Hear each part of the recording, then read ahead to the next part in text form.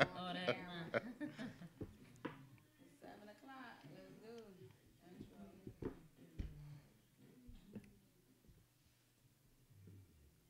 So this is Peace, y'all right here.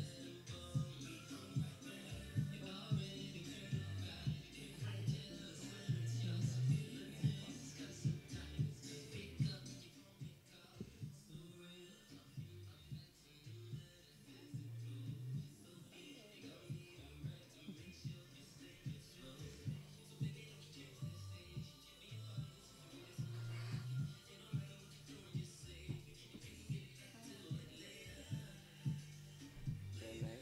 We are something to yeah, a couple days to re-listen and make sure it was like, all right, it's good enough to send out. Yeah, I gotta wait till it's good enough. Yeah, it is. Yeah, it is. Where she from? She say you from?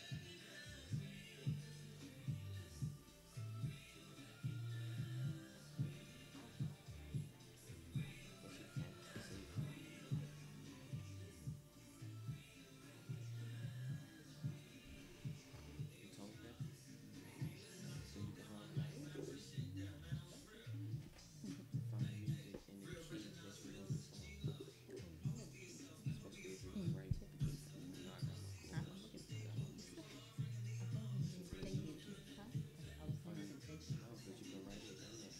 Normally, I don't know what I did in mine. you put the music keyboard. That's cool. It's no wrong way to create. No wrong way to create.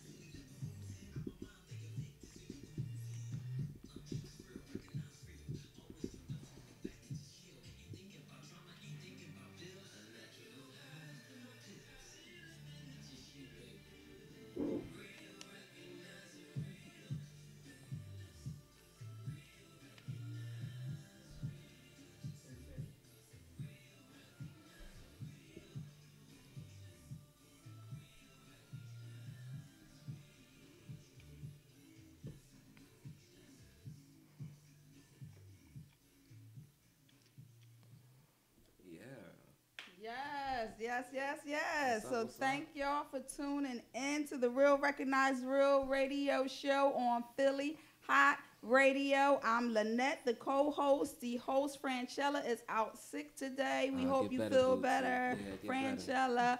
But sitting in for her today is the It's your boy, man. man. Peace, y'all. Yes, Thank y'all P. so much for Shaw having is me. my guest co-host Yeah. today. P. Shaw is an artist. He's a writer. He's a producer. He does music. He does everything. He does That's right. film. That's right. So I thank you, Thank thank y'all. you, Thank y'all thank so you, much. thank you, thank you. And thank the guests. I mean, we got some Yes, phenomenal people here. Production, writers, you know what I mean? we A have little some bit of everything you just said. motivational So, speaker, right. entrepreneurs. So, We have a little bit of everything I'm in here excited. today. I'm excited. So in honor of Black History Month, you know, I have to give a shout out to that. It's February, it's Black History Month. So we're going to talk a little bit of Black history. We're going to talk a little bit of love because it's also Valentine's Month as well. Yeah. So again, our guest, we have an amazing guest today, Derek Shaw, who is a writer, producer, director. We have Darnell Johnson, who y'all will hear from later. He's an entrepreneur and a motivational speaker. We have the twins, Eli and Lou Bevins. They're directors, spoken word artists, and much more. So we're going to talk to them a little while later in the show. But first, we're going to go into our hood news. So in hood news, on the Grammys, rapper Drake won the award for the best rap song for God's Plan. So congratulations to all the winners and the nominees. Yeah, big So up. Drake was cut off during his speech. This is everything that's going on in the media. They're saying that they cut Drake's off because he was talking about how you don't really need a Grammy if you're an artist. He was saying if your fans come out, they pay money to come see you, they're singing words to all the words to your songs, you already won. So I totally agree with him. And he also stated that for artists, it's opinion based. It's an opinion based sport and not factual based. So what are your thoughts on that? Any of them? He's not right and he's not wrong. Drake know the game when it comes to the momentum and the surge of the business. And in their eyes, he's telling the artist to reach your own level and be satisfied with that. You know what I mean? To the businesses, no, you gotta race and reach this plateau. And so I think they cut him off because it was kind of like, oh wait, you're going against the grain from our formula. Right, you and know it what I was mean? the Grammys. Right. So It's a major platform. You don't need a You know what I Grammy. While you're at the It's the Grammys. Grammys. This is our plateau. Don't tell them that their mixtape is good enough. You see what I'm saying? If you got your own fan base, because there's a lot of people that made it to mainstream industry off of mixtapes. You see what I'm saying? So if you're telling them that the level they made it to on their own is good enough with their fans, it's making the business or the front end of that say, oh, then that means we're not good enough. Don't do that. Cut him off. Cut it. Stop it. You know what I mean? It's a shame because you do have decent artists out here who don't get a Grammy or an award, a nomination. Yeah. And so I agree with him when he said it's opinion based and not factual based. So just because you don't get the award doesn't mean that you're not just as talented. Right. Because some people they give it to, I'm like, huh? Right. True that too. How that happen? Big up to Chance who did it independently and still got his accolades in mainstream business. So, you know, that's something to aspire to be. You know what I mean? It's like blended in both worlds. That's a good point. So, you know. So what do you Hey, think? what y'all think? Oh, I think you kind of hit it on the nail. So I didn't get a chance to actually watch it, so it's my first time hearing that. But I think it can go both ways because if that's the platform you're on, of course they're not gonna be in favor of that. Right. But on the other side, I think for all artists, just in whether it's film or music, we're always trying to reach the next level, and if we don't reach that whatever that is, we don't feel like we're good enough. It's just like the NBA. Oh, this person doesn't have enough rings; they're not good enough. Or you know, we value it differently depending on the award, and I think that is something all artists or people just in the creative realm in general can learn. You know, just because you haven't reached a certain platform doesn't mean that your work isn't good enough or that you're not valuable. So I can see both ways. I think you hit it on it now. Good deal. Yeah. I'm pretty much in the same boat. I see both sides of the argument. If you're at an award show, of course, it's like this is the platform that you got an award for. But I think it's kind of cool that he, you know, took that stance for like the general public because you know everyone can't get into the the award ceremony or the Grammys, and everyone won't, no matter how great or talented you are. And similar to the NBA, there's probably Jordans all over the place who just never got in. So yeah, I can see both sides. Yeah, I didn't actually see the Grammys either. But, yeah, I kind of see their point. It's my show. Don't talk about, you know, you don't need this or my show. But, you know, but he made a valid point. You know, you don't need it. If you do it for the art, you're doing it for the love, you don't need this little trophy. It actually doesn't do anything. Can you sell it? You know, you need the fans. You need the people singing your songs. You don't need a statue that says you've made it. Right. Yeah. To validate you. Awesome. Absolutely. So now we're gonna go into talking with the ladies, Eli and Lou Bivens. Please cut your cell phone off.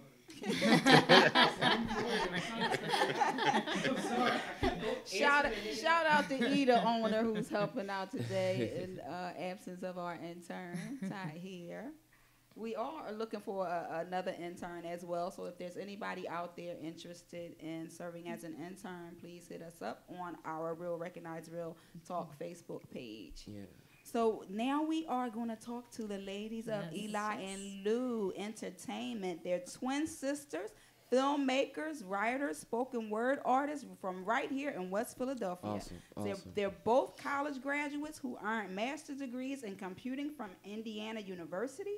Eli and Lou is focused on stage plays, film, graphic design, photography, screenwriting, and poetry.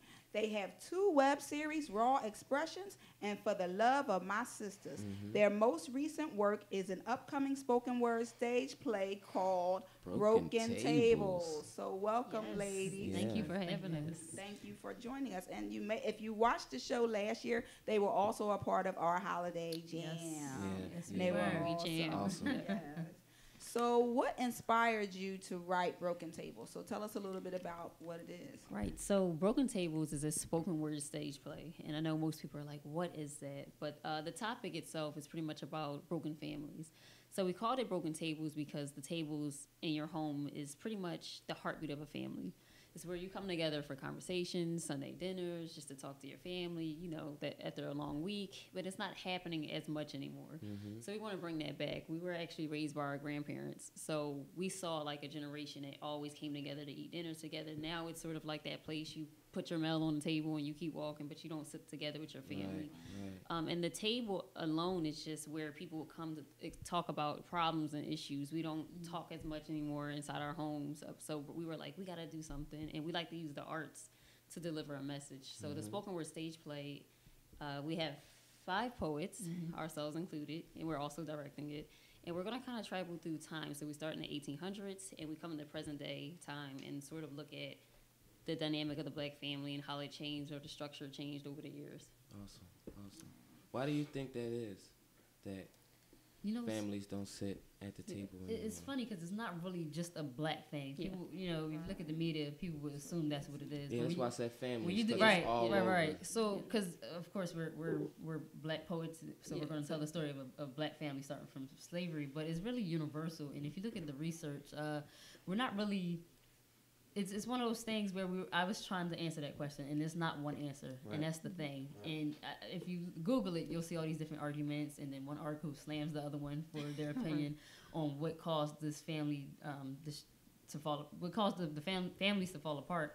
But one of the things is communication is a lot different now, and I've been saying lately, this is one of those things where you don't realize it's passing until it's gone. Right. And when you speak to the generation, not that I'm 29, but talking to my cousin who's 10 years younger than me, I didn't realize to her the table was just something you put mail on, and she was like, we don't sit at the table, I eat in my room. And it's just like, oh wow, you just never experienced that. And if you've never been introduced to it, then you're not going to introduce it to your kids, and so on. And so we don't talk as much anymore, and I didn't realize that our family was the same way until we had that conversation. So and a lot of times parents are on different schedules, and so it's various factors that could be. You eat in your room. That's a no-no. Growing up, food in your room. But at the table. The attention span of things, of what catches our attention has changed as well. We got computers and cell phones and iPads.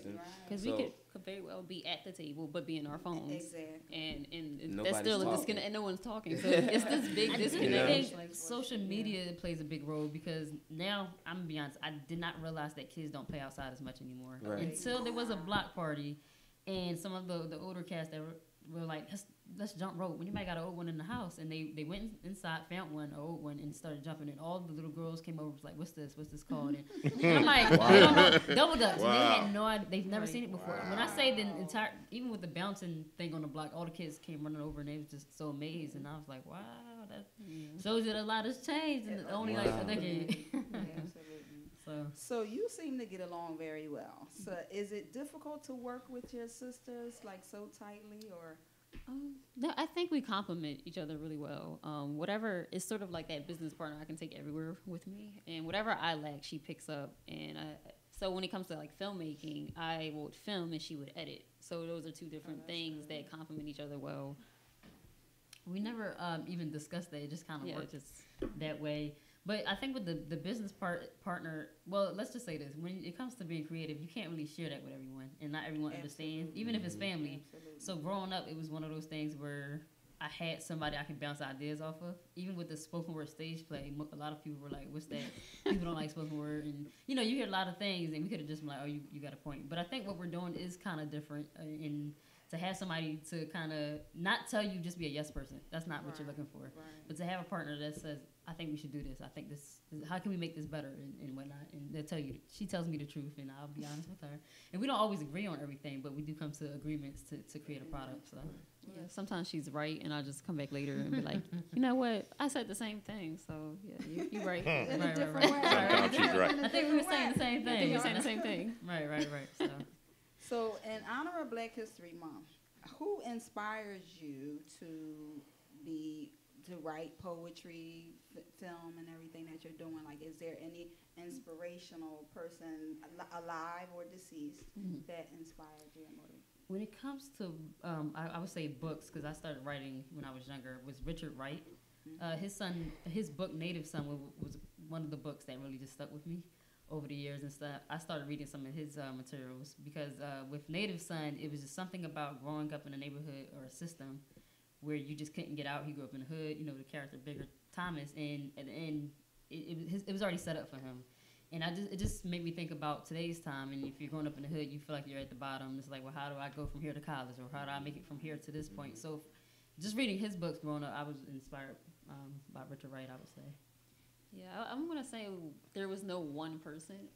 Collectively, we're like research heads, so whatever in our art, we always try to incorporate different historical pieces. So we just did a musical short film for our cinematic spoken word mixtape called Sound Mind, but we took a little bit of Annie with the dancing and then mixed it with Paul Robeson's Old Man River. So that's like 1930s mixed with Annie with spoken word and then modern, what is it? Modern dance. Yeah, so it's a blend of everything. We're just kind of, we're like in a lab. But again, it's like That's creative. That's a creative how you mindset blend all to those even different think things, to right. do something like that. And that was actually a question I had. Did you guys incorporate music with your spoken word plays? Yeah, we did. So our spoken word is not like it's storytelling spoken word. So it has a little different feel than your average spoken word. And sometimes we kind of tread the line of rap. So we put a lot of music behind our spoken word, and people are like, "Are you rapping or are you spoken word?" But to me, rapping is right. poetry. Yeah. To me, it's just poetry to music. To a tempo. Exactly. It's simple. Yeah. Yeah. Yeah, so the stage play has a blend. You know, we have 5 poets, but everyone has a different background. Some came from, they're rappers, and then we have someone who sings. So it was like, okay, let's see what it was already a musical. So as we kept creating together, because we had creative sessions first for the play, it's not like your average stage play. You don't have a script, so everyone wrote their pieces, and then we have like conversational. You have to figure out how to make yours fit. So we have we have compelling arguments between like mother and daughter, mother and father, sibling arguments. So we're looking at different family dynamics, but it's all spoken word. That's cool. Wow. Yeah. So now, would you say that the opportunities for Black females are different in the industry, in the film industry, or just peer in general? We got And if so, how so? I think that's changing because when we first began, I didn't see too many women, and people would walk in the room and be like, "Oh, we would always hear comments of there's a female behind the camera," like, and you would hear it, and you'd be like, "What does that have to do with anything?" Like, oh, or they would say, "You must be the model, you're the actress," and I'm like, "No, I'm behind the camera," or "No, I'm editing," and we would get that all the time. And I think we also come from a male-dominated field, which is computer science, and even in our master's program, we were the only 2 African-American women in our specific program. So we tend to always run towards fields that we find it challenging, and we don't run away from it. You can't change something if you're afraid to even go towards it. So I think it's changing. I'm not one to really complain about things. I just say, you know what, if you say I can't be in this field, then I'm gonna try it anyway. Right. Yeah. Right. So. We've always been that way. I think back in high school, we heard someone say, and I think he did it on purpose. He was the drumline lead, but he was like, "Yeah, girls can't play the drums." So I don't know what compelled us to go down there and end up drumming. I can't drum now, but we went and we ended up on a drum line, and I'm like, "What were we thinking?" Like everything we couldn't even play, but right. And my left hand is so stiff, but I did it anyway. But yeah, just because he said we couldn't. So. Yeah. I'm a drummer, so that's comical. You always think What are these girls doing? And we always ended up with with the heavy drums, the guys Right, would right. take the lighter drums, and we had the And we ones were with the short, metal. so Yeah, it was terrible, bad, but it was fun. So how can people purchase tickets, and when is Broken Table out? Where is it going to be, and so on and so Yes. forth? And how can people follow you on social media and so on? Okay, so February 24th, which is, I believe is 12 days away, we have 2 shows in one day, a 1 p.m. and a 4 p.m. show. There's an art exhibit attached to it as well, and vendors, so it'll be a lot of fun. Tickets can be found on Eventbrite if you search Broken Tables Philadelphia or EliLuent.com, and that's ELILUENT int.com. And our social media is Eli Luent on Instagram, Eli Lu Twins on Instagram, so that's our production page and our personal page, and Eli Lu Entertainment on Facebook. The 24th is in Philly. Yes, February and it's in Philly. 24th. International Thank House. you, because I forgot International what to House. say where. International House. I mean, so it it's would be February on 24th, Eventbrite. International House on the tickets are available on Eventbrite. Right. And so we're gonna. Do we have to take a break? Do we have to go into a break? Okay, so if you ladies don't mind, Yeah, I would love to hear you. we would love to hear you perform. Sure. So now, can they go back to the mic, or can they do it right here? What do you think is best? Okay. She With went the to mic say back if I'm loud. So this piece Whenever is you're called The Epidemic.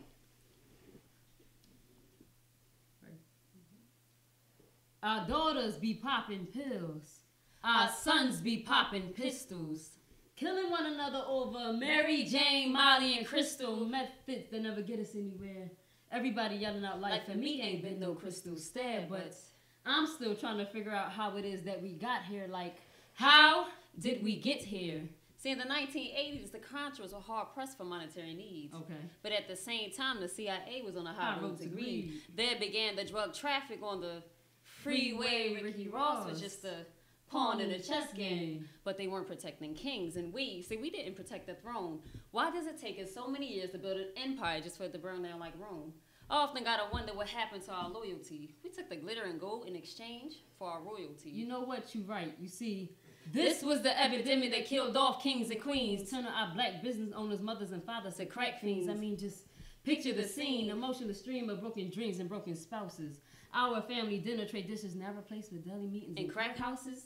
You see, they planted the seeds in our neighborhoods to stop the growth of Negroes, while the crack dealers on the street became the KKK heroes. What they forgot is that when you plant a seed, it grows. It's spread throughout the nation like wildfire. Taking over neighborhoods by the column, by the row. Look at us now, got us all standing on death row. They said, these niggas are on the loose now. But hold on to the catching pole, Cause we got them by the noose now. They placed crack in our hoods and told us, You got the juice now. and that crack surely made us thirsty. See, they were washing their hands in a manner while our hands were getting dirty. Yeah, but we didn't have to take the drugs. True. But now we share part of the blame because we inhaled this pottery substance just to clear our minds until it cleared the minds of the history of our ancestors Being chained to slavery. Now another black man's blood lies on the hands Of a black trigger man. Got me questioning and wonder why he had to pull the trigger man. See, this was the epidemic that killed kings. So much far different from the epidemic that killed king. See, when Martin died through a nightmare, we saw a dream. But when a king dies of cocaine, his lasting image is of a fiend. But do you remember when we used to get high off a different type of high? Like how high? Even when we had the blues, We we used used jazz to get by. by. Listening to Billy on the holiday. Bill Withers said ain't no sunshine, but Nat Cole said smile today. Yeah, we were people that always stayed in tune. We were also great educators like Mary Bethune.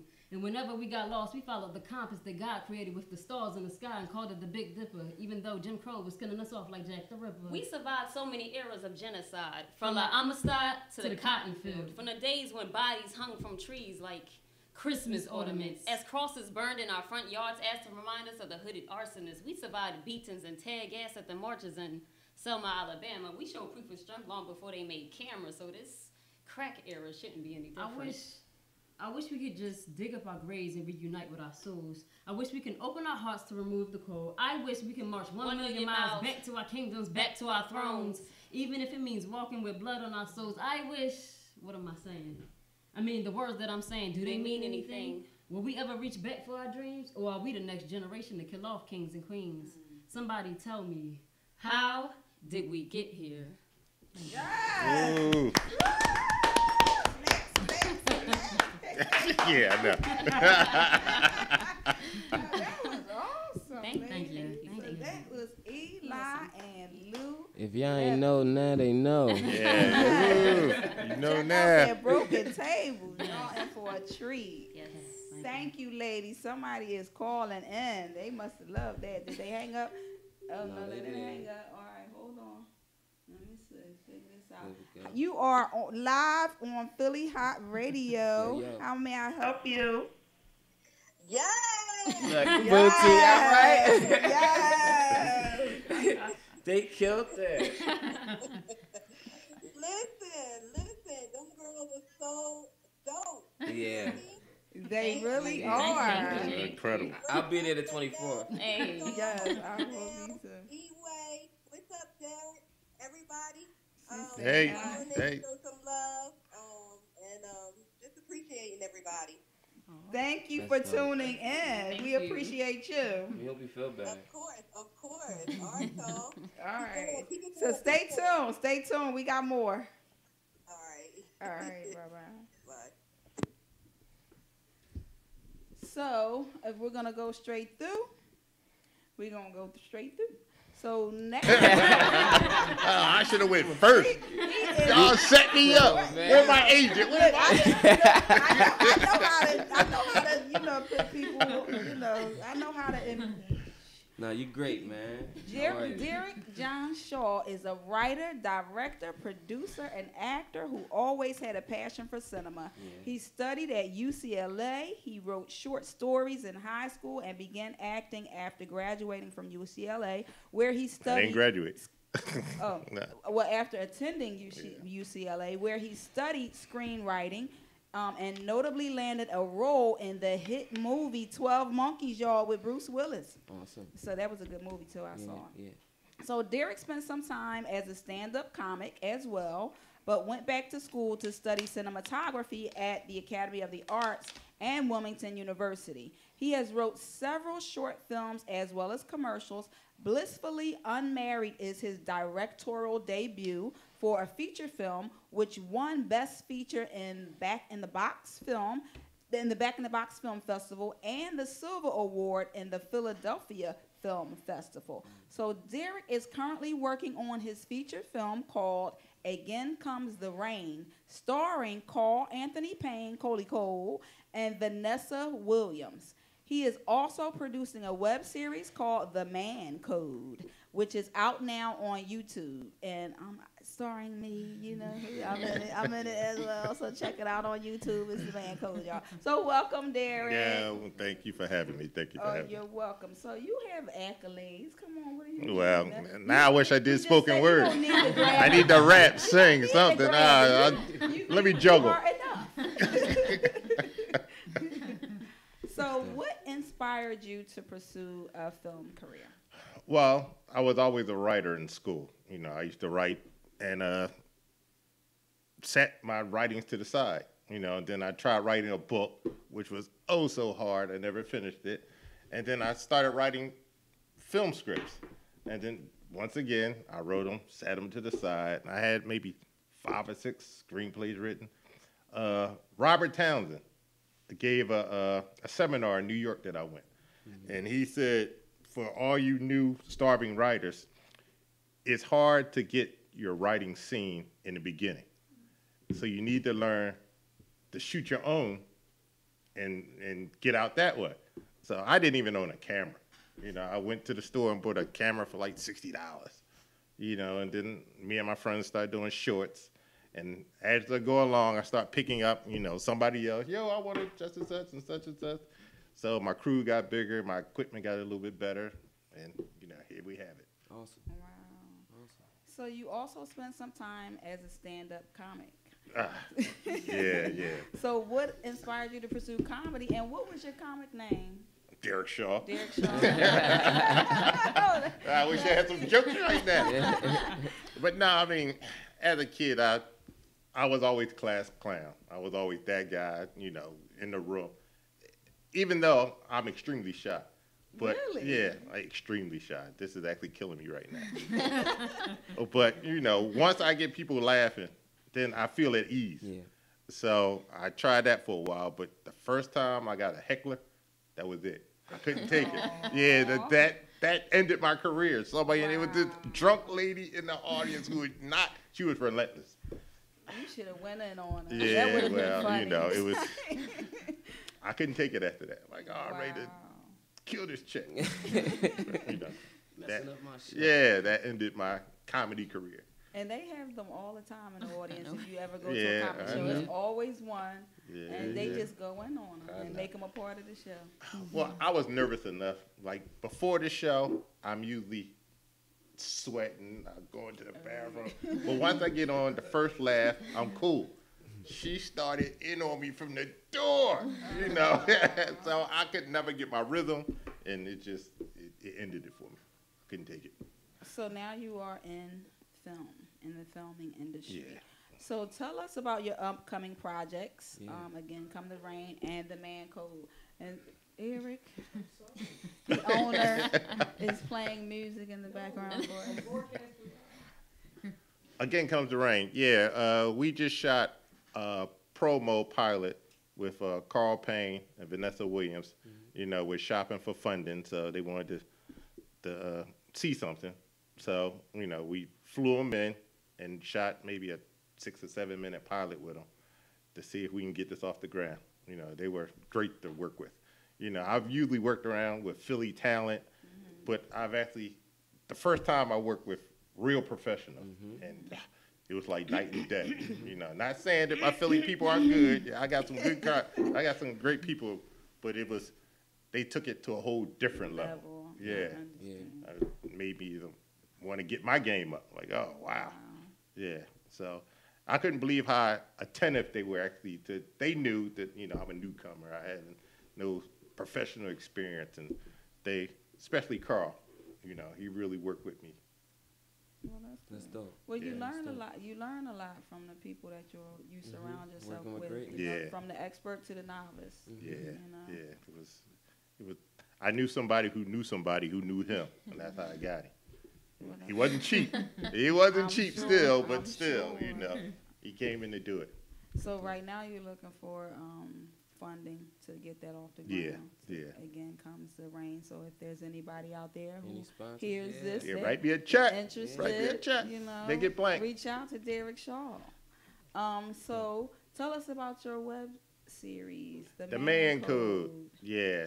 It's once again, I'm back to the Philly actors, but I found an incredible guy, Derek Magic Thompson. He's the lead. You know, I have, My husband. yeah, I picked up you to play opposite him. You know, it's more or less a group of friends who's telling their struggle as men. And it's a comedy. It's 5 or 6 minute shorts. You know, my crew, you know, it's about 4 of us in Ruby Street Productions. We sit around and tell stories of stuff that we go through as men, you know. Sometimes we just do stupid stuff, you know. So we just, you know, got together and wrote these little short stories about stuff we've done or we've heard someone's done. Yeah, because life is stranger than fiction. You know, you're like, all right, that didn't really happen. Yeah, that did happen.